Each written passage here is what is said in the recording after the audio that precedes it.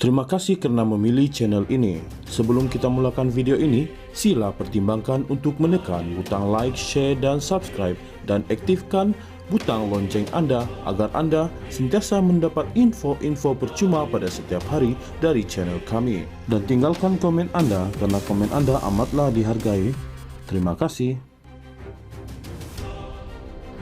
Yang di-Pertuan Agong Sultan Ibrahim hari ini bertitah, tidak ada hadiah yang lebih istimewa buat baginda sempena sambutan hari keputraannya selain melihat rakyat Malaysia bersatu padu. Pada masa sama, baginda Sultan Ibrahim mengingatkan bahawa ada bahaya yang sedang melanda negara, iaitu perbalahan dan perpecahan dalam kalangan rakyat. Justeru, Sultan Ibrahim memberi peringatan kepada para pemimpin agar mengambil langkah yang berhati-hati, termasuk melibatkan hal ehwal dalaman parti masing-masing. Suka saya ingatkan kepada para pemimpin masyarakat supaya tidak bermain politik atas isu sensitif yang akan menimbulkan perbalahan dalam masyarakat dan menggugat kestabilan negara. Begitu juga apabila wujud lagi banyak parti politik atau kem dalam parti, maka rakyat akan berpecah belah dan makin benci membenci. Gunalah akal sebelum membuat sebarang keputusan. Tidak ada hadiah yang lebih istimewa buat saya selain daripada rakyat yang bersatu padu titah baginda di Kuala Lumpur hari ini sempena sambutan ulang tahun keputeraan rasmi. Baginda juga mengingatkan tentang suatu virus berbahaya sedang melanda negara.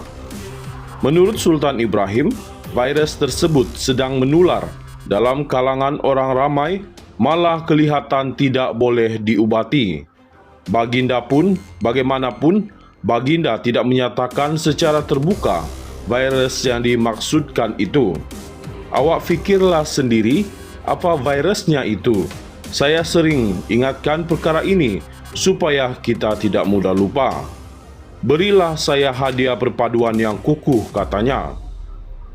Titah Sultan Ibrahim itu hadir tidak lama selepas pemilihan peringkat pusat Parti Keadilan Rakyat PKR berakhir, yang menyaksikan perjalanannya diwarnai dengan kempen yang panas dan tegang. Tumpuan utama konflik itu berkisar di sekitar persaingan jawatan timbalan presiden yang menyaksikan penyandangnya Rafizi Ramli gagal mempertahankan jawatannya, dia kalah kepada Nurul Izzah Anwar. Ia menjadikan bekas ahli parlimen Permatang Pau itu orang nombor 2 berkuasa dalam PKR selepas Anwar Ibrahim. Rafizi Ramli yang juga ahli parlimen Pandan kemudian mengemukakan surat peletakan jawatan sebagai Menteri Ekonomi sebelum diikuti seorang lagi anggota kabinet, Nik Nazmi Ahmad. Nik Nazmi gagal mengekalkan kedudukannya sebagai naib presiden. Tempatnya diisi bekas Bendahari Agung MIC yang kini menjadi ahli parlimen Sungai Buloh, R. Ramanan. Dalam ucapan yang sama, Sultan Ibrahim bertitah mengingatkan agar semua ahli politik, termasuk dalam kalangan menteri, cermat apabila menggunakan dana awam.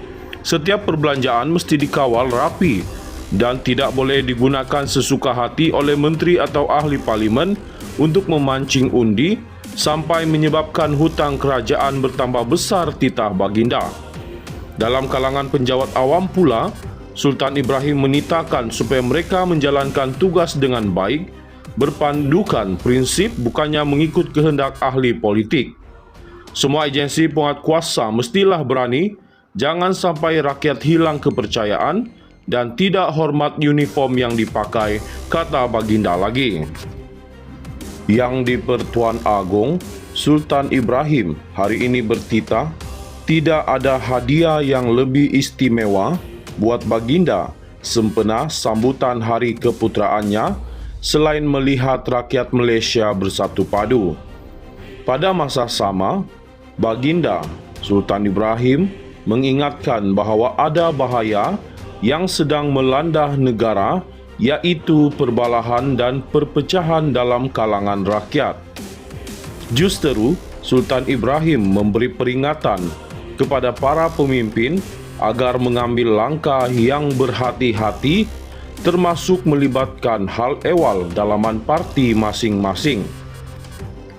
Suka saya ingatkan kepada para pemimpin masyarakat supaya tidak bermain politik atas isu sensitif yang akan menimbulkan perbalahan dalam masyarakat dan menggugat kestabilan negara. Begitu juga apabila wujud lagi banyak parti politik atau kem dalam parti, maka rakyat akan berpecah belah dan makin benci membenci.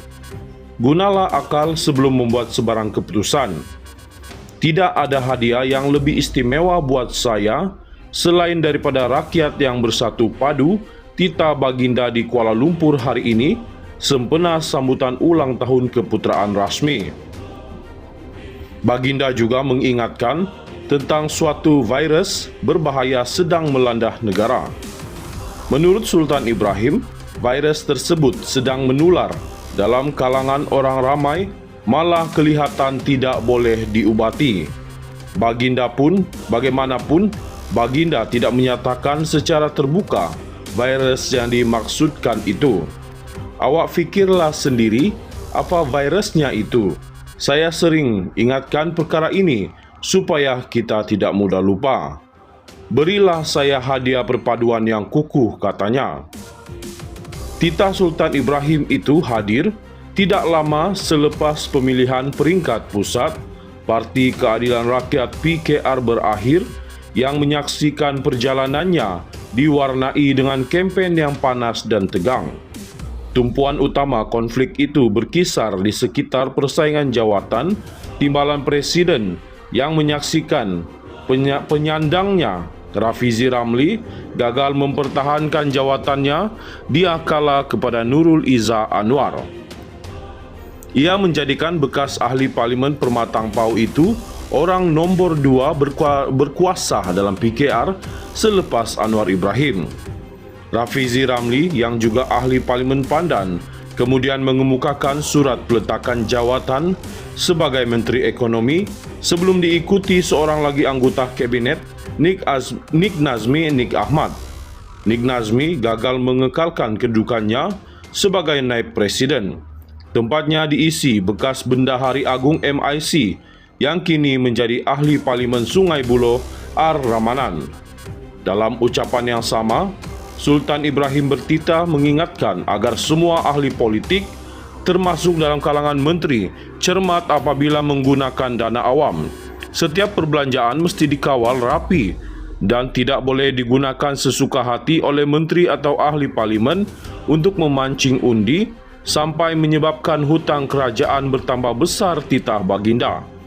Dalam kalangan penjawat awam pula, Sultan Ibrahim menitahkan supaya mereka menjalankan tugas dengan baik, berpandukan prinsip bukannya mengikut kehendak ahli politik.